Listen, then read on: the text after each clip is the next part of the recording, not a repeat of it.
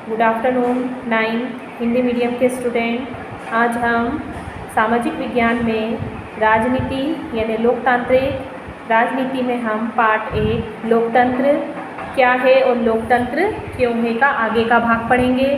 इसके पहले हम पढ़ चुके हैं कि लोकतंत्र क्यों हमारे लिए ज़रूरी है, क्या है और इसकी विशेषताएं के बारे में हमने पढ़ा था। पिछले वीडियो में हमने पढ़ा था कि लोकतंत्र के गुण किस प्रकार के होना चाहिए। इसमें जो छात्र और छात्राएं आपस में जो चर्चा कर रहे थे उस बारे में हमने पढ़ा था।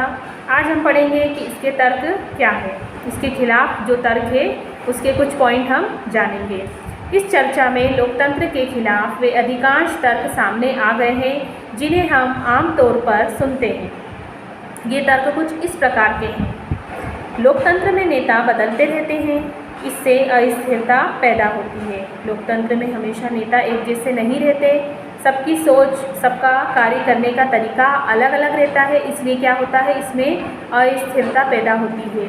लोकतंत्र का मतलब सिर्फ राजनीतिक लड़ाई और सत्ता का खेल है। यहाँ नैतिकता की कोई जगह नहीं। नैतिक नीति या नैतिकता से परिपूर्ण जो बातें हैं वो उससे कोई इसमें मतलब नहीं है, क्योंकि लोकतंत्र तो सिर्फ राजनीतिक लड़ाई मात्र है, सत्ता का खेल है। लोकतांत्रिक व्यवस्था में इतने सारे लोगों से बहस और चर्चा करनी पड़ती है कि हर फैसले में देरी होती है।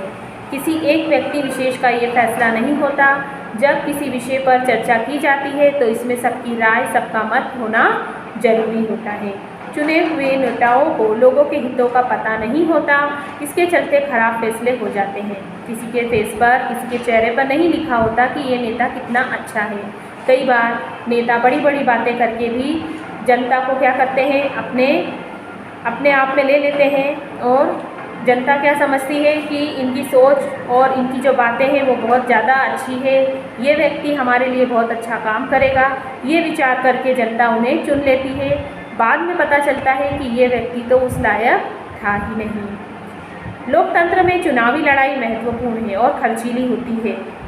जब चुनाव होते हैं तो आपने देखा होगा कि हर नेता उस चुनाव में अपने आप को अच्छा साबित करने के लिए कितना खर्चा करता है, इसलिए इसमें भ्रष्टाचार भी होता है। कई बार रिश्वत वगैरह या कुछ लालच वगैरह भी देने की बात सामने आती है।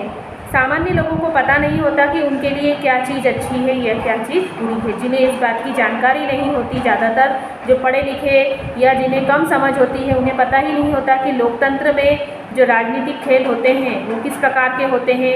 एक नेता कितने हद तक हमारे लिए हितकारी होगा या नहीं, क्या चीज़ बुरी, इसलिए उन्हें किसी चीज़ का फैसला नहीं करना चाहिए।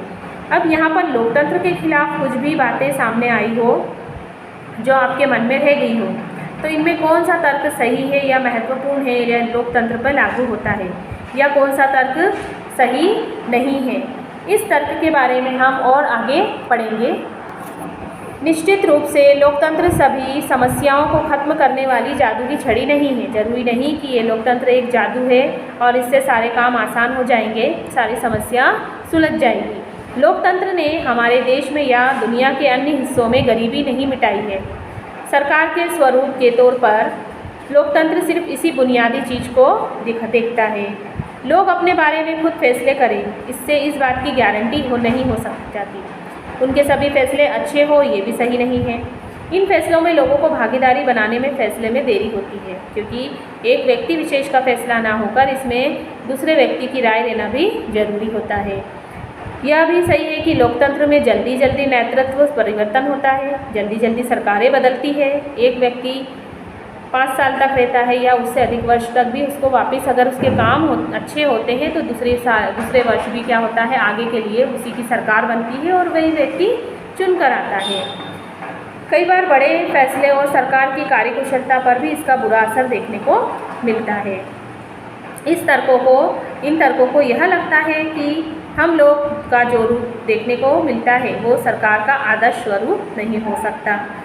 पर वास्तविक जीवन में हमारे सामने यह सवाल नहीं होता कि सवाल यह होता है कि हमारे पास सरकार का जो स्वरूप है वो विकल्प उपलब्ध है या नहीं। तो इसके लिए हम पढ़ेंगे आगे का पॉइंट, लोकतंत्र के पक्ष में तर्क। अब हमने देखा कि जो भी बातें थी हमारे सामने आई वो लोकतंत्र के विपक्ष में थी। मतलब लोकतंत्र में कुछ ना कुछ हम बुराई ढूंढ रहे थे, इसलिए उसे खिलाफ तर्क यानी विपक्ष तर्क कहा गया। अब पक्ष में तर्क है यानी इसमें हम क्या ढूंढेंगे? अच्छाई। चीन में 1958 से 61 में के दौरान पड़ा अकाल विश्व इतिहास का अब तक का सबसे भयावह अकाल है। यहाँ पर इस ईयर में क्या हुआ था? चीन में अकाल पड़ा था। इसके करीब 3 करोड़ लोग, अब इसमें क्या हुआ? बहुत सारे, कितने? कम से कम 3 करोड़ लोग मारे गए। उन दिनों भारत की आर्थिक स्थिति चीन से कोई बहुत अच्छी भी नहीं थी, फिर भी भारत में चीन के समान अकाल और भुखमरी की स्थिति नहीं सामने आई। अर्थशास्त्रियों का मानना है कि ऐसा दोनों देशों की सरकारी रणनीतियों के अंतर के कारण हुआ। भारत में लोकतांत्रिक व्यवस्था होने से भारत सरकार ने खाद्य सुरक्षा के मामले में जिस तरह से काम किया है वैसा करने की ज़रूरत चीनी सरकार ने महसूस नहीं की। अर्थशास्त्रियों का यह भी कहना है कि किसी भी स्वतंत्र और लोकतांत्रिक देश में कभी भी बड़ा अकाल या बड़ी संख्या में भुखमरी नहीं आई हुई होगी। अगर चीन में भी बहुदलीय चुनावी व्यवस्था होती तो विपक्षी दल होता और सरकार की आलोचना कर सकने वाली स्वतंत्र मीडिया होती तो सारे लोग भूख से नहीं मर सकते थे। ऐसी व्यवस्था वहाँ पर नहीं थी। यह उदाहरण लोकतंत्र को सर्वश्रेष्ठ शासन पद्धति बताने वाली विशेषताओं में से एक है। लोगों की ज़रूरत के अनुरूप आचरण करने के मामले में लोकतांत्रिक शासन प्रणाली किसी भी अन्य प्रणाली से बेहतर है। गैर लोकतांत्रिक सरकार लोगों की ज़रूरतों पर ध्यान दे भी सकती है और नहीं भी दे सकती है। ज़रूरी नहीं कि वो सरकार हमेशा ध्यान दे, हो सकता है नहीं भी दे, तो हम कह नहीं सकते कि वो सरकार अच्छी होगी या नहीं। यह सब सरकार चलाने वालों की मर्जी पर डिपेंड करता है, निर्भर करता है। अगर वो व्यक्ति बहुत ज़्यादा अच्छा है, सामाजिक है, अगर स्वार्थी नहीं है तो व्यक्ति क्या करेगा? अपनी सरकार सुचारू रूप से सही ढंग से चलाएगा और उसे इसका फल भी मिलेगा। अगर शासकों को कुछ करने की ज़रूरत नहीं लगती तो उनको लोगों की इच्छा के अनुरूप काम करने की भी ज़रूरत नहीं है। पर लोकतंत्र में यह जरूरी है कि शासन करने वाले आम लोगों की ज़रूरतों पर तत्काल ध्यान दें। लोकतांत्रिक शासन पद्धति दूसरे से बेहतर है क्योंकि यह शासन का अधिक जवाबदेही वाला स्वरूप है। क्योंकि सरकार अगर लोगों के द्वारा चुनी गई है तो उसका जवाब भी लोगों को ही ढूंढना रहता है और सरकार को इसका जवाब किसको देना रहता है? जनता को देना रहता है। गैर लोकतांत्रिक सरकारों की तुलना में लोकतांत्रिक सरकारों के बेहतर फैसले करने से अन्य कोई कारण भी नहीं हो सकता। लोकतंत्र का आधार व्यापक चर्चा और बहस है। चर्चा के द्वारा और बहस के द्वारा ही इसे अच्छा और सही बनाया जा सकता है।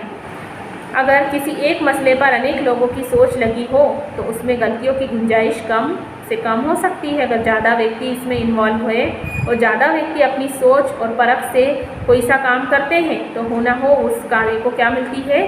सफलता मिलती ही है। लेकिन महत्वपूर्ण मसलों पर थोड़ा समय लेकर फैसले करने में अपना लाभ भी नहीं है। जल्दबाजी में किया हुआ फैसला हमेशा गलत साबित भी हो सकता है। इस प्रकार लोकतंत्र बेहतर निर्णय लेने की संभावना को बढ़ाता है। यहाँ तक इस पाठ को आपको पढ़ना है। आगे का भाग हम अगली वीडियो में पढ़ेंगे।